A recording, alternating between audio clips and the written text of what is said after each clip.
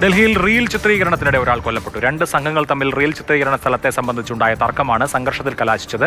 22-കാരനായ സൽമാൻ മുഷ്താഖാണ് കൊല്ലപ്പെട്ടത്. വി ബാലഗോപാൽ വിവരങ്ങളുമായി. ബാലു, ഈ റീൽ എടുക്കുന്നത് സംബന്ധിച്ച തർക്കത്തിൽ കൊലപാതകം നടക്കുന്നത് ഇതിപ്പോൾ ആദ്യമായിട്ട് കേൾക്കുകയാണ്. എന്താണ് സംഭവം?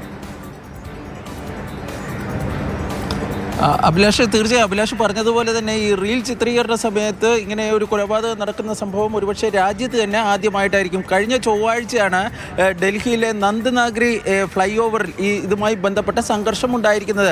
2 സംഘങ്ങൾ ഒരേ സമയം അവിടെ ഈ റീൽ ചിത്രീകരണത്തെത്തുന്നു. തുടർന്ന് ആ സ്ഥലം സംബന്ധിച്ച്, അതായത് ഒരാൾ ഷൂട്ട് ചെയ്തിരുന്ന ചിത്രീകരണം നടത്തിക്കൊണ്ടിരുന്ന സ്ഥലത്ത് തന്നെ രണ്ടാമത് എത്തിയ സംഘവും ചിത്രീകരണത്തിന് ശ്രമിക്കുകയായിരുന്നു. അതുമായി ബന്ധപ്പെട്ട് തർക്കമുണ്ടാകുകയും ഇതേ തുടർന്ന് ഈ ഒരു സംഘത്തിൽപ്പെട്ട ആളെ ഈ എതിർ സംഘാംഗങ്ങൾ മർദ്ദിക്കുകയും ഒക്കെ ചെയ്തു.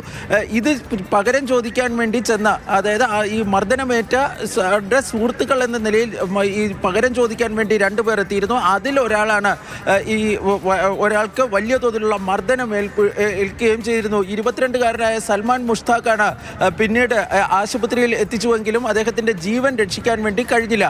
ഏതായാലും ഡൽഹി പോലീസ് ഇതുമായി ബന്ധപ്പെട്ട ഒരു BNS വിവിധ വകുപ്പുകൾ പ്രകാരം കേസെടുത്ത് അന്വേഷണം ഇപ്പോൾ നടത്തുന്നുണ്ട്. ഈ സംഘർഷത്തിൽ, അതായത് മർദ്ദിച്ചവരെ കണ്ടെത്തുന്നതിനുള്ള ശ്രമങ്ങളാണ് ഇപ്പോൾ നടക്കുന്നതെന്നാണ് ഡൽഹി പോലീസ് അറിയിക്കുകയും ചെയ്തിട്ടുള്ളത്. ഈ സ്ഥലത്ത് സാധാരണഗതിയിൽ, അതായത് വലിയ ഒരു സീനിക് ബ്യൂട്ടിയുള്ള ഒരു സ്ഥലമാണ് ഈ നന്ദ്നാഗ്രി ഫ്ലൈ ഓവർ മേഖല.